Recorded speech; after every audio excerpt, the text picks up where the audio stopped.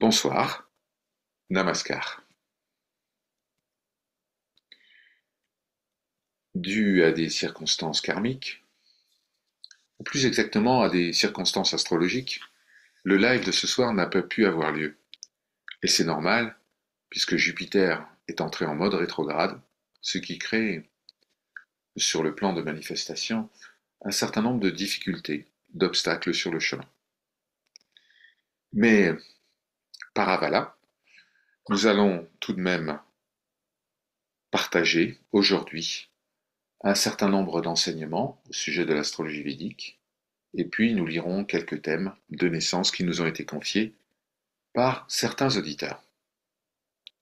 Avant cela, ce serviteur vous invite à joindre les mains afin d'accueillir dans votre cœur les paroles de l'invocation rituelle. Om Gam Ganapataye Namaha. Om Shri Paramatmane Namaha. Guru Brahma Guru Vishnu Guru Devo Maheshwara Guru Sakshat Param Brahma Tasmai Shri Guravai Namaha. Asato Ma Satgamaya. Seigneur, conduis-nous de l'illusion à la réalité. Tamaso Ma Jyotirgamaya. Conduis-nous des ténèbres à la lumière. Mrityarma Amritam Gamaya. Conduis-nous de la mort à l'immortalité. Om Shanti, Shanti, Shanti.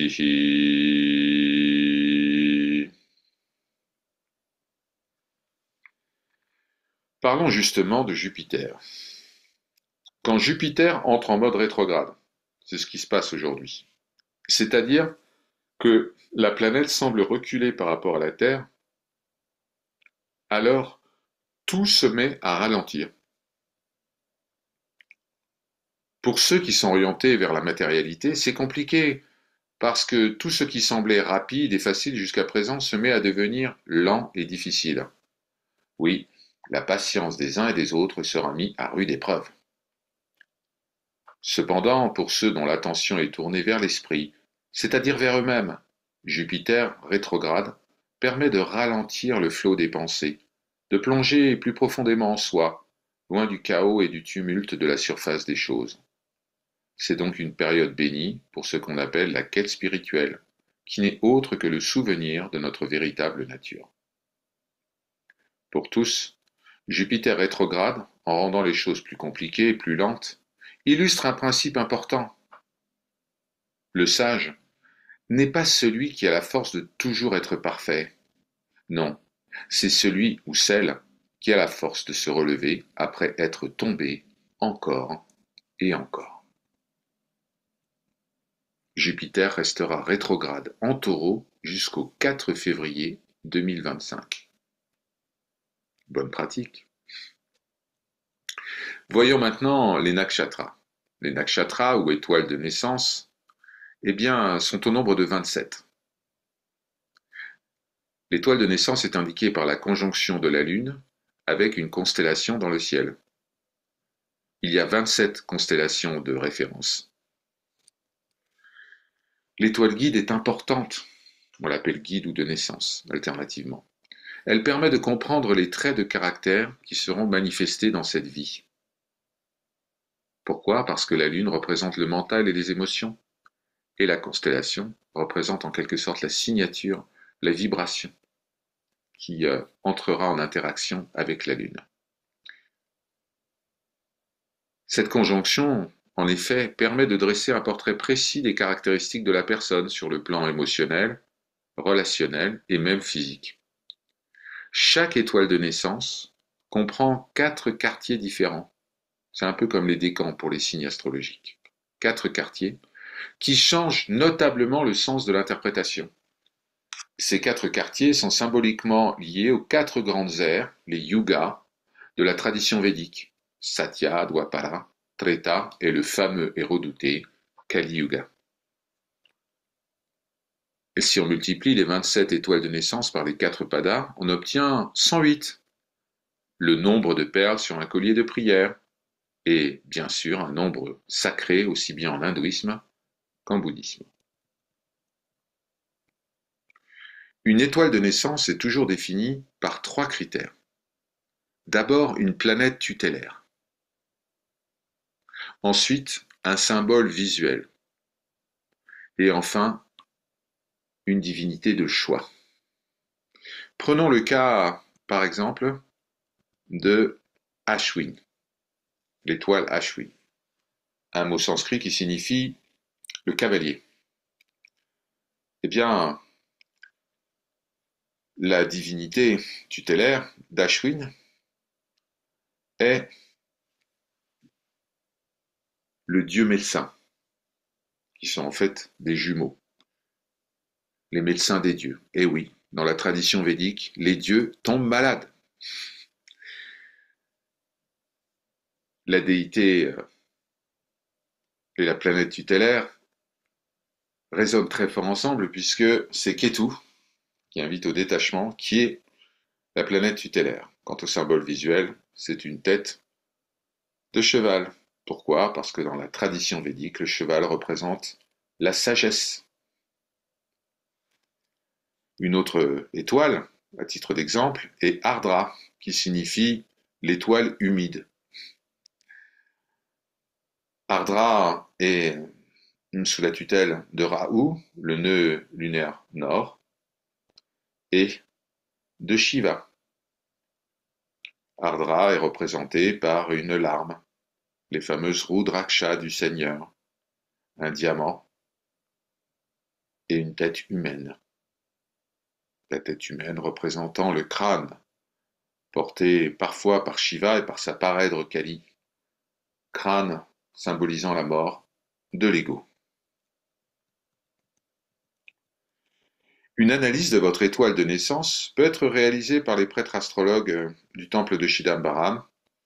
Si cela vous intéresse, vous pouvez m'écrire à ce sujet. Passons maintenant aux thèmes de naissance qui m'ont été confiés par certains d'entre vous. Le premier thème qui sera lu ce soir est le thème d'Emmanuel. Emmanuel, qui est né en novembre 1970.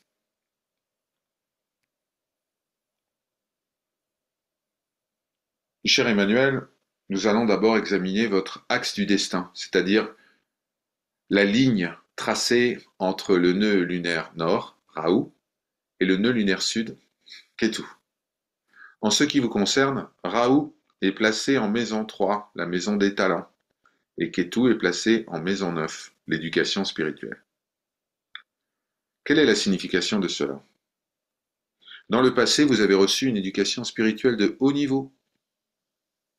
C'est la Ketu, en maison 9, qui indique cela.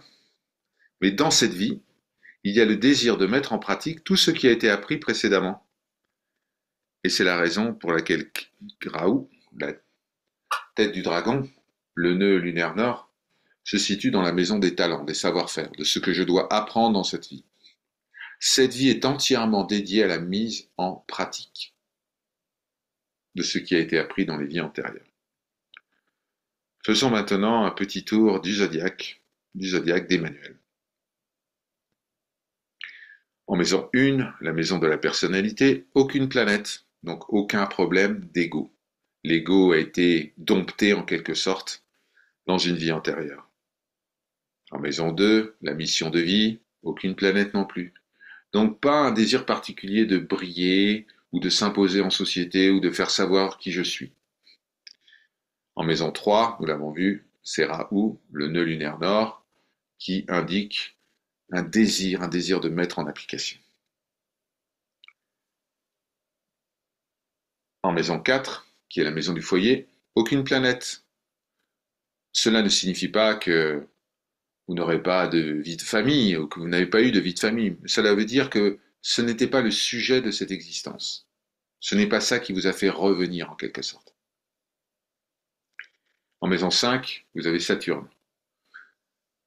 Alors quand Saturne est positionné en maison 5, eh bien, il joue un peu les rabat-joie. On a envie de s'amuser, on a envie d'en profiter, mais Saturne est toujours là comme un petit juge impitoyable, générant beaucoup de culpabilité. Bon. La bonne nouvelle, c'est que Saturne peut être facilement amadoué en pratiquant la charité inconditionnelle par rapport aux personnes âgées, aux animaux mal aimés, notamment le samedi.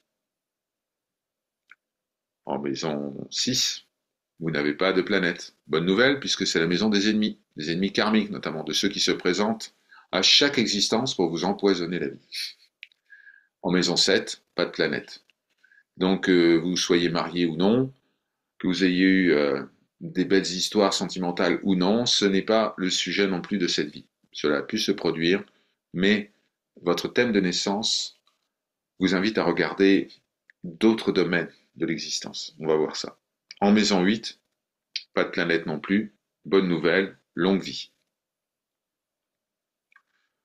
En maison 9, vous avez Ketu, le nœud lunaire sud, qui indique que vous avez reçu un enseignement spirituel dans les vies antérieures, mais maintenant vous avez tendance à vous détacher justement du côté trop théorique et vous voulez mettre en pratique, on l'a vu, dans l'analyse de l'axe du destin. Ketu est conjoint à la Lune, la maîtresse des émotions, du monde astral. Donc il est possible, cher Emmanuel, que vous ayez déjà fait l'expérience de rêves prémonitoires, de visions, de prophéties, euh, d'interaction avec des plans de conscience semblant différents de celui-ci. Voilà. Euh, la Lune en 9 vous invite à observer tout cela sans vous l'approprier, sans vous identifier à cela. Souvenez-vous que les expériences spirituelles sont des expériences, elles sont observées et elles ne sont pas vous. Donc, si des expériences se produisent, observez-les et observez surtout un certain détachement par rapport à tout cela. En maison 10, vous avez Mars. Mars, la guerrière impitoyable, la justicière. Vous avez du mal avec l'injustice, vous avez du mal avec le mensonge, vous avez du mal avec l'hypocrisie. Parfois, vos propos dépassent votre pensée. En tout cas, vous défendez la veuve et l'orphelin, bec et ongle. Ce qui fait que parfois, dans vos relations, par exemple professionnelles, vous pourriez manquer d'un peu de diplomatie. Vous dites ce que vous pensez et même un peu plus que ça. Donc, l'invitation ici, c'est mettez de l'eau dans votre vin et soyez sûr que vous défendez la bonne cause.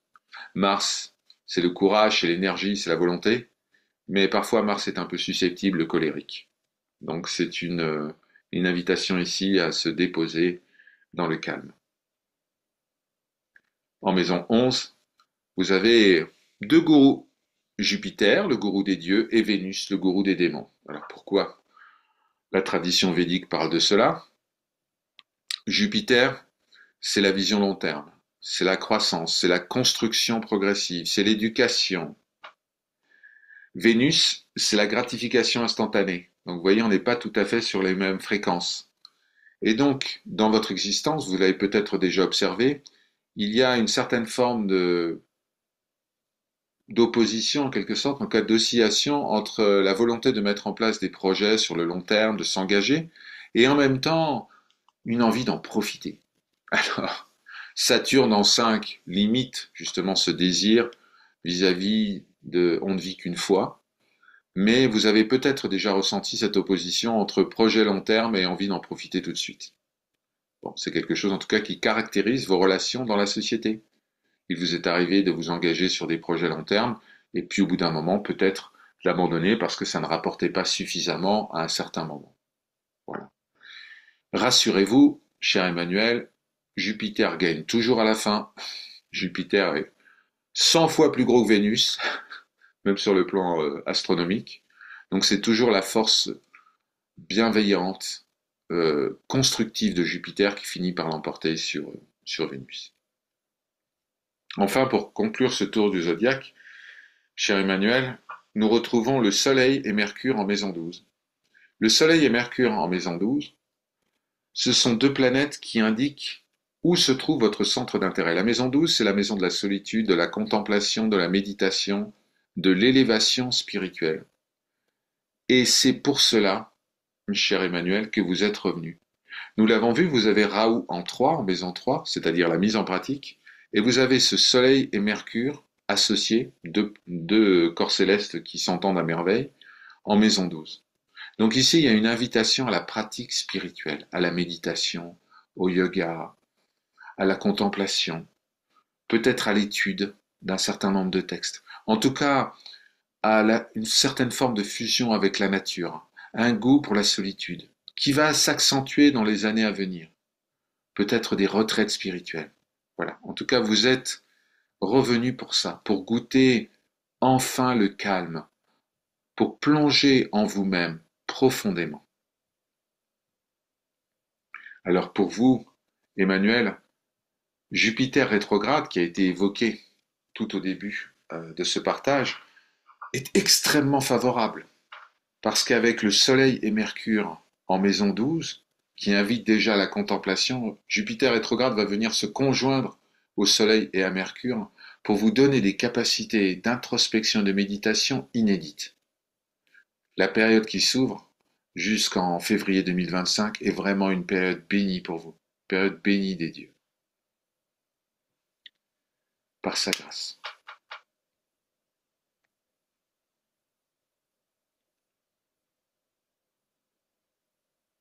Alors, un autre thème va être lu à présent. Il s'agit du thème de Valérie, qui est née à Alençon en 1967.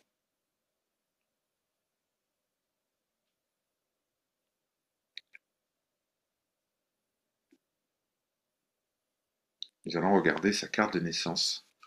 Comme pour Emmanuel, nous allons tout d'abord voir où se trouve l'axe du destin. Eh bien,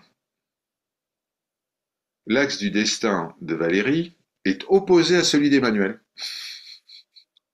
Nous avons Ketu, le nœud lunaire sud, en maison 3, et nous avons Raoult en maison 9. C'est tout à fait l'inverse. Alors Valérie, c'est tout ce qu'il y a à savoir du monde. Elle a toutes les armes en main pour pouvoir réussir sur le plan matériel, sur le plan concret, sur le plan de manifestation. Mais il y a un appétit de connaissance énorme, un appétit de découvrir les secrets, de recevoir des enseignements. Et ça, c'est Raoult, le nœud lunaire nord, qui est en plus conjoint au soleil en maison 9. Donc, Valérie a un intérêt puissant. Elle est revenue pour apprendre d'un maître ou d'une enseignante, pour recevoir un enseignement spirituel de très haut niveau. Pourquoi de très haut niveau? Parce que le soleil indique la recherche de la vérité. Le soleil éclaire. Le soleil révèle. Le soleil illumine. C'est un symbole de vérité. Magnifique, Valérie. Nous allons parcourir le zodiaque pour vous. En maison 1, vous n'avez pas de planète. Donc, comme pour Emmanuel, ego sous contrôle, pas de souci. En maison 2, vous avez Mars.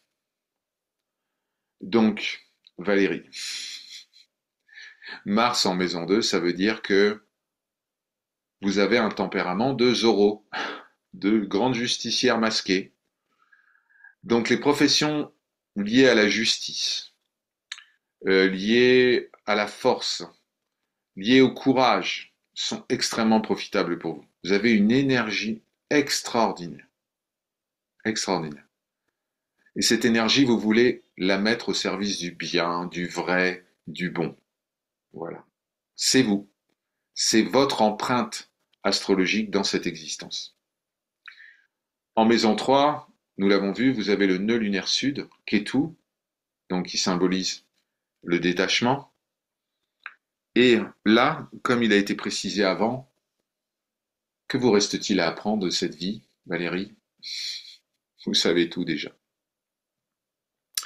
En maison 4, vous avez la lune, la maîtresse des émotions, dans la maison du foyer, de la famille. Donc, vous êtes considéré, peut-être par votre cercle familial, comme quelqu'un qui sait écouter, quelqu'un à qui on aime se confier, quelqu'un qui va ne pas juger, voilà, quelqu'un de bienveillant. Vous avez une grande forme d'empathie, vous êtes capable de détecter ce qui ne va pas chez les autres. Mais les autres profitent un peu de votre nature empathique et sympathique certainement pour déverser constamment leurs émotions négatives sur vous, comme si vous étiez une forme d'éponge spirituelle. Donc le conseil ici, c'est sur le plan familial, sur le plan du foyer, etc., sachez garder des moments pour vous. Comme vous le savez, la Lune s'éclipse de temps en temps. Elle disparaît tous les 27 jours, la nouvelle Lune. Certes, elle brille d'un éclat flamboyant à la nouvelle Lune, mais elle sait aussi s'éclipser quand il le faut. Donc vous aussi, important, ménagez-vous des périodes de tranquillité et de calme, où vous pouvez justement, en quelque sorte, vous tourner vers vous-même, vers votre véritable nature. En maison 5, vous n'avez pas de planète, donc pas d'obstacle au confort, à la convivialité, au plaisir. En maison 6, pas de planète non plus, pas d'ennemis karmiques revenus vous embêter. De toute façon, avec Mars en 2, ils auraient passé un sale quart d'heure, parfait. En maison 7, vous avez zéro planète. Donc, marié, pas marié, enfant, pas enfant, amoureuse, pas amoureuse, c'était pas le sujet de cette vie. Le sujet de cette vie, c'est de rencontrer l'enseignement spirituel. En maison 8, vous avez Mercure et Saturne. Donc, il y a chez vous, Valérie, des intuitions fulgurantes. Il y a comme des messages. Vous entendez des messages, peut-être. Mercure, c'est le messager des dieux. Donc, il y a des messages qui arrivent d'autres plans. Et en même temps, il y a un jugement par rapport à vous-même, par rapport à ce caractère intuitif qui est très très puissant. Et ça, c'est Saturne qui l'indique. Donc, il y a une opposition Saturne-Mercure en 8. Ça doit pas être facile tous les jours. Parce que vous vous jugez vous-même, en fait. Lorsque vous recevez des messages, peut-être vous canalisez, en quelque sorte.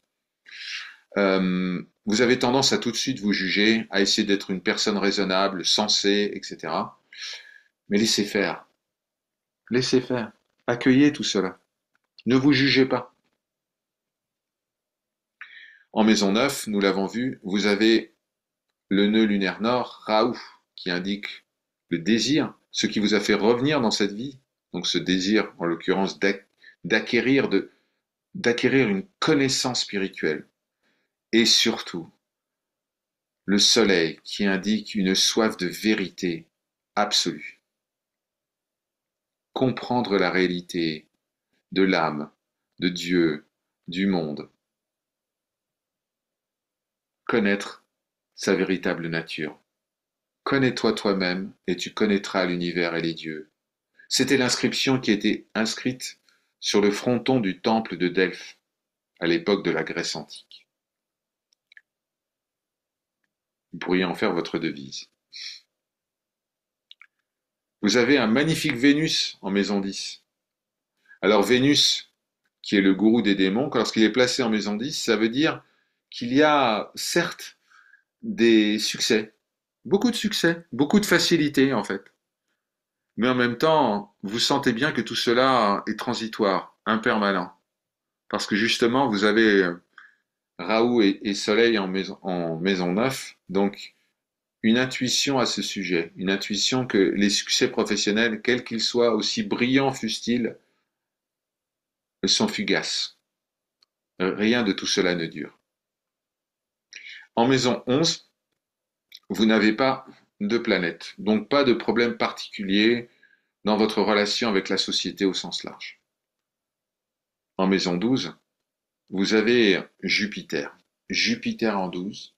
Cela veut dire que vous allez rencontrer dans cette vie, si ce n'est pas déjà fait, vous allez rencontrer le maître, l'enseignant ou l'enseignante, le guide, le Sherpa, qui va vous permettre enfin de gravir l'Everest. Vie après vie, vous avez désiré rencontrer ce maître, cet enseignement, pour enfin vous connaître vous-même. Et l'excellente nouvelle, Valérie, c'est que c'est pour cette vie. C'est là que ça va se manifester. Cela passera par de la contemplation, un peu comme Emmanuel, la contemplation, de la méditation, de l'introspection. Mais c'est bon. Jupiter en 12, c'est une magnifique, magnifique configuration astrologique. Voilà ce qui pouvait être dit sur votre thème.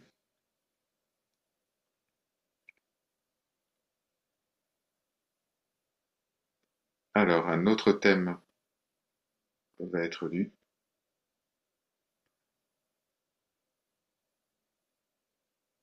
Il s'agit de Marilyn, qui est née en 1975 à Paris.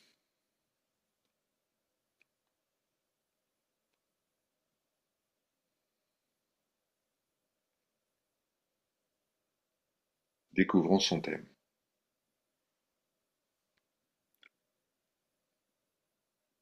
Alors, Marilyn. Comme pour Emmanuel et Valérie, nous allons tout d'abord regarder votre axe du destin, la ligne entre Raoult et Ketu.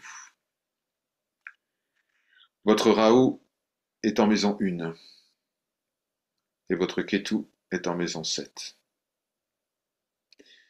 Alors, cet axe du destin est caractéristique d'une personne qui, dans une vie antérieure, n'a pas pu faire connaître sa valeur, qui est restée dans l'ombre d'une personne influente, importante. Ça peut être des parents, ça peut être un mari ou une femme. Et dans cette vie, il y a le désir de faire connaître toute votre valeur. D'où Raoult positionné en 1, en maison de la personnalité. En maison 2, vous n'avez pas de planète. Maison 3, maison 2, la maison de la mission de vie. Donc ce n'est pas tellement à travers ce que vous faites que vous désirez être reconnu, mais par rapport à ce que vous êtes, à ce que vous exprimez, à vos qualités. En maison 3, il n'y a pas de planète, donc pas de talent particulier à acquérir. On n'est pas dans le faire, dans cette existence, on est dans l'être, la manière d'être. En maison 4, pas de planète non plus. Que se passe-t-il?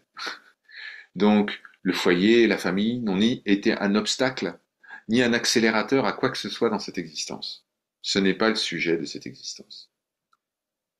En maison 5, vous avez une configuration intéressante. Vous avez Jupiter, la planète bienveillante, qui vous permet, vous permet de goûter toutes les joies de ce monde. C'est magnifique. Mais en même temps, eh bien, vous avez Mars. Et Mars vous donne, en quelque sorte, un sentiment fort de justice, de faire les bonnes choses. Donc d'un côté, vous avez toutes les possibilités, mais de l'autre, peut-être que vous vous limitez vous-même en quelque sorte, en appliquant des lois morales assez strictes en ce qui concerne la relation au plaisir, la relation au confort, etc. Peut-être une éducation très forte à ce sujet, une éducation de modestie, etc. En maison 6, il n'y a pas de planète, donc pas de problème, pas d'ennemi karmique. Youpi. En maison 7, vous avez ce qui est tout ce nœud lunaire sud, qui indique que dans une vie passée, vous étiez extrêmement dépendante d'une autre personne. Vous étiez dans l'ombre. En maison 7, vous avez le Soleil et Mercure. Ça veut dire que dans cette vie, vous allez rencontrer le bon partenaire de vie. Pas celui qui vous écrase, pas celui qui vous domine. Au contraire, quelqu'un qui va vous booster, quelqu'un qui va révéler au monde et aux autres votre qualité. Alors c'est peut-être déjà fait, si ce n'est pas déjà fait, ce sera fait dans le futur, mais vous allez rencontrer ce partenaire de vie qui va savoir vous mettre en valeur, qui va savoir vous aimer tel que vous êtes et non pas en fonction de telle ou telle action. Un amour inconditionnel. En maison 8, vous avez 3 planètes, Ah là là, les mystères, les secrets, ça vous intéresse? Vous voulez comprendre tout ça? Et donc vous avez trois planètes, vous avez la Lune, vous avez une connexion particulière avec le monde astral, les rêves, les visions, les prophéties, la clairvoyance, les rêves prémonitoires par exemple aussi. Vous avez Vénus, donc il y a une recherche de bien-être aussi. Donc vous avez des capacités, quand on a Vénus en maison 8, on est capable de faire du bien aux autres. On a des qualités de guérison, de consolation. Et puis vous avez Saturne en 8. Et vous avez ce petit juge, ou ce très grand juge avec ses anneaux, qui bloque en quelque sorte. Il y a ce qu'on appelle en psychologie le surmoi, c'est-à-dire le petit juge moralisateur qui trône au milieu de l'esprit et qui est là, ça c'est bien, ça c'est pas bien. Et donc vous avez tout ce potentiel intuitif, d'imagination, de guérison, et il y a comme un obstacle, comme un frein, vous vous jugez vous-même, on l'a vu avant, vous avez tendance à vous juger vous-même, mais ouvrez les vannes. Vous avez tellement de talent de pouvoir aider les autres, ouvrez les vannes, ne vous jugez pas. En maison 9, aucune planète, 10, aucune planète, 11, aucune planète, 12, aucune planète. Donc Marilyn, vous êtes revenue pour deux choses. Un, pour trouver enfin le partenaire qui saura vous mettre en valeur, pas celui qui écrase, qui contraint. Et deux, pour vraiment mettre en application vos dons naturels d'intuition et de guérison.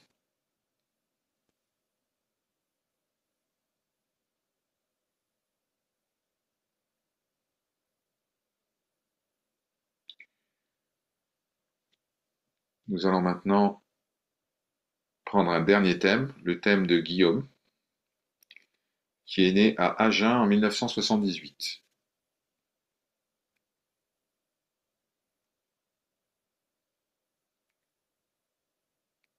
Alors, cher Guillaume, votre axe du destin est,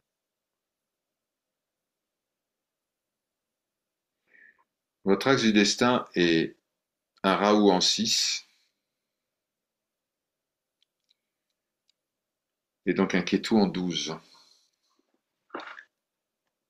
Alors Guillaume, tout de suite, il y a ce qu'on appelle des urgences en astrologie védique. Vous avez une conjonction Rahu-Saturne. On appelle ça un Shrapityog, une malédiction. En maison 6. Ce qui veut dire que dans cette vie, vous avez rencontré des oppositions inexplicables. Des gens qui étaient vos amis vous ont peut-être tourné le dos. Des situations qui semblaient tout à fait positives se retournent de manière brutale. Tout ça, c'est dû à ce qu'on appelle le Shrapityog, c'est-à-dire la conjonction entre Rahu, la tête du dragon, et Saturne.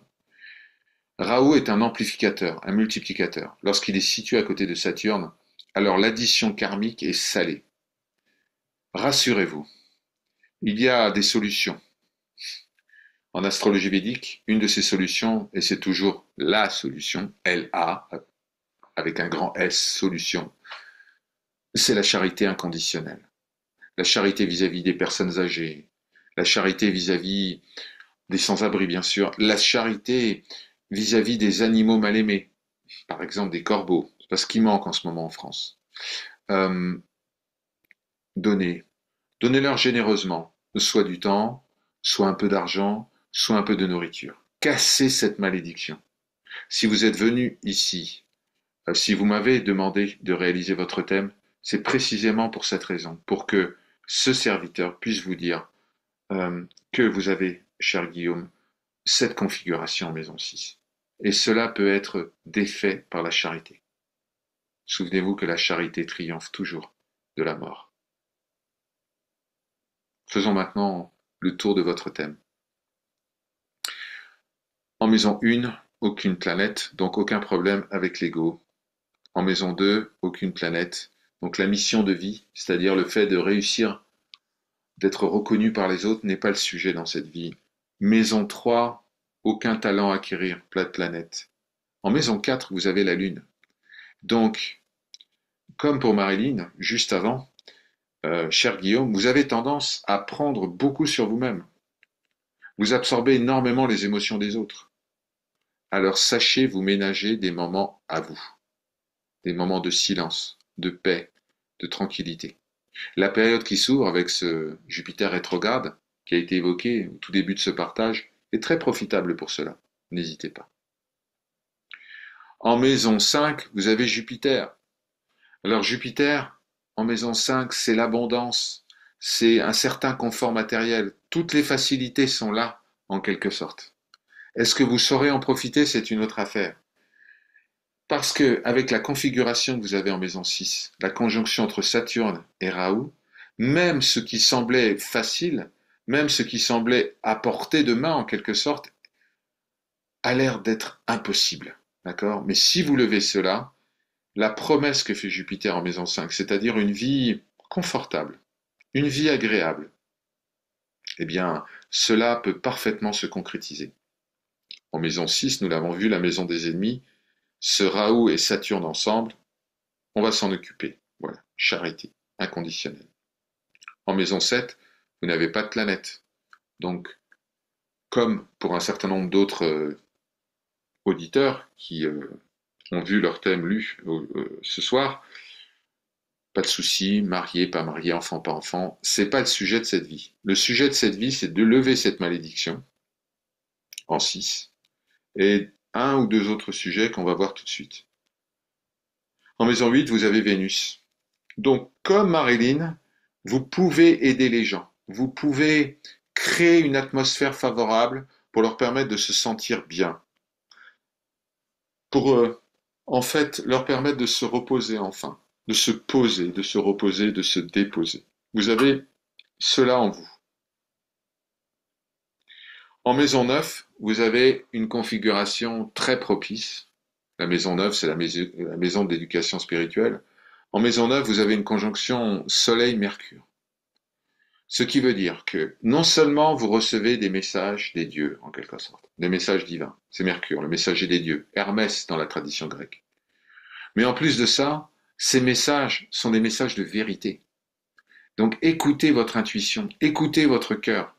Votre cœur est votre maître, Guillaume. Vous n'avez pas forcément besoin d'un guide ou d'un maître extérieur, enseignant ou enseignante. Le véritable maître pour vous est dans votre cœur. Écoutez votre cœur, écoutez vos intuitions. En maison 10, vous avez Mars. Quand on a Mars en 10, on a un peu de mal avec l'autorité, on a un peu de mal avec la hiérarchie. Dès qu'on sent une injustice, dès qu'on sent quelque chose ne tourne pas rond, dès qu'il y a de l'hypocrisie, du mensonge, on monte sur ses grands chevaux. Voilà. Donc, pour vous, Guillaume, une profession indépendante est tout à fait recommandée. Être son propre maître. Ou alors, au contraire, puisque Mars, c'est le dieu de la guerre, faire partie de quelque chose d'hyper organisé, par exemple l'armée, c'est aussi possible. Mais bon, disons, Mars en 10, c'est surtout une indication que votre courage, votre énergie doivent être mis au service d'un métier indépendant. Consultant, par exemple. En 11, vous n'avez pas de planète, donc pas de problème a priori avec la société, ni ennemi ni ami. Et puis en 12, vous avez Ketu. Ketu en 12 indique que dans vos vies antérieures, vous avez déjà pratiqué des austérités et des pénitences très strictes pour découvrir la vérité, pour en quelque sorte vous approcher de Dieu. Mais dans cette existence ici, la solitude, la contemplation, la méditation, l'isolement dans la nature, c'est pas tout à fait ce qui est indiqué. Ce qui est indiqué surtout, c'est l'enseignement, c'est-à-dire l'écoute du maître. Et dans votre cas, pour vous, le maître est un maître intérieur. Il n'est autre que votre propre cœur. Chers amis, par sa grâce, et si Jupiter rétrograde le permet, Nous nous retrouvons la semaine prochaine à 21 h en live sur YouTube, sur cette chaîne. Si certains d'entre vous n'ont pas entendu la lecture de leur thème, veuillez m'adresser un email à lenigengeorge@gmail.com et nous prendrons le temps d'échanger à ce sujet. Par sa grâce, Om Shanti Shanti Shanti. Très belle soirée sous la voûte étoilée. Et surtout très belle plongée en vous-même, encouragée par le ralentissement général indiqué par le mouvement rétrograde du gourou des dieux, Jupiter.